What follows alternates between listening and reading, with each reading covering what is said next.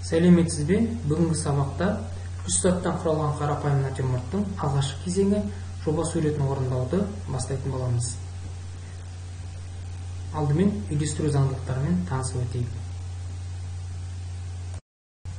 Үйлестіру кезеңінің негізгі заңдылығы натюрморттың ені мен биіктігін өлшей отырып, қағаздың тік не көлденең орналасуын іздейміз. Қағаздың бетінде натюрморт заттарының шекарасын белгілейміз. Оң жақтан қағаздың сол жағына тең орын, төменгі жақтан көп, жоғарғы жақтан аз орын ала отырып, негізгі композициялық заңдылықтарды ескереміз. Әрі қарата заттардың сыртқы сұлбаларын сыза отырып, тік, төртбұрыш, көлденең немесе жалпақ, ірі деген формаларды анықтай отырып, заттардың пішіндерін анықтаймыз. Және пропорцияларын дұрыс көрсетеміз. Онан кейін заттардың негізгі осьтік сызықтарын белгілеп, және натюрморттың алдыңғы қырларын, тік қабырғаның қиылысқан жерлерін және мата жырықтарының қырларын көрсетіп қоямыз. Осымен үйлесу жұмыстары тәмамдалып, келесі кезең натюрморттың сызықтық құрылымдық құрылысын сызамыз, яғни әрбір заттардың құрылыстарына көшеміз.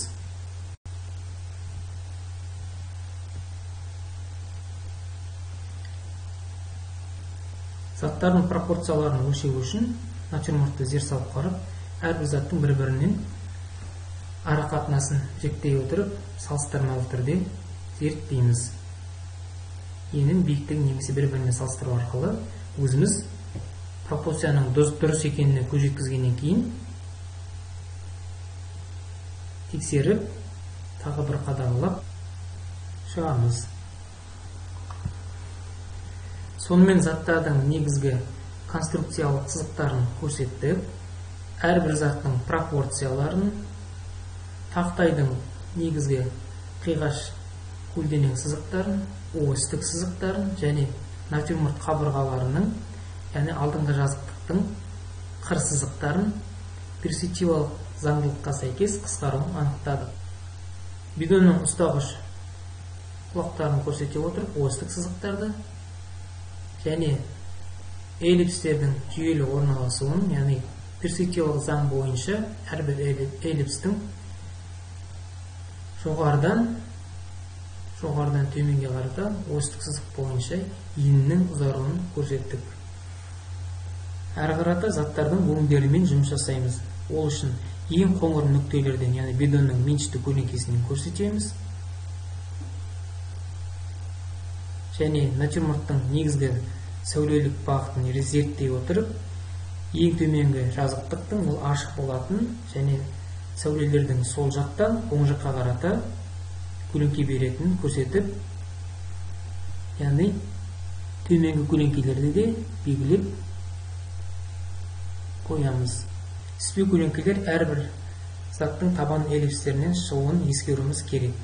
Әрі қарата заттың негізгі өңдік жұмыстар, яғни заттың қоңыр шынаяқтың меншікті көлеңкесін, бидонның меншікті көлеңкесін көрсетіп, әрі қарата натюрмортқа зер сала қарап отырып, жарық көлеңкемен жұмыс жүргіземіз. Сонымен біздер заттардың өңімен жұмыс жасадық. Ең қоңыр зат бұл бізде шынаяқ, онан кейінгі бидон,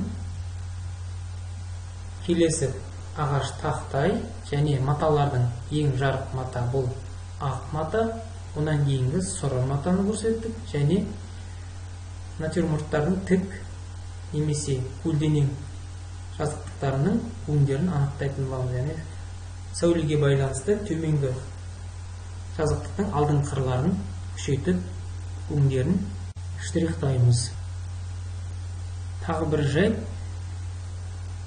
заттардың негізгі форескизде бұл шағылыстарды көлеңке, жарық және жылт жерді көрсетеміз.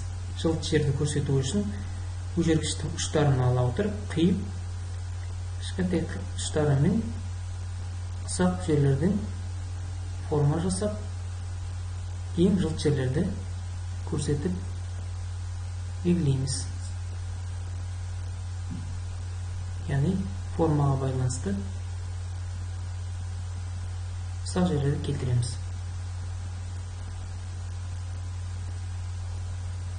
Ары қарата өңдермен жұмыс жасауды аяқтай отыра, келесі кезең біздерде натюрморттың түпнұсқада көшуін, яғни А3 форматта үйлестіру заңдылықтарын жасаймыз. Келесі кездескенше сау болыңыздар.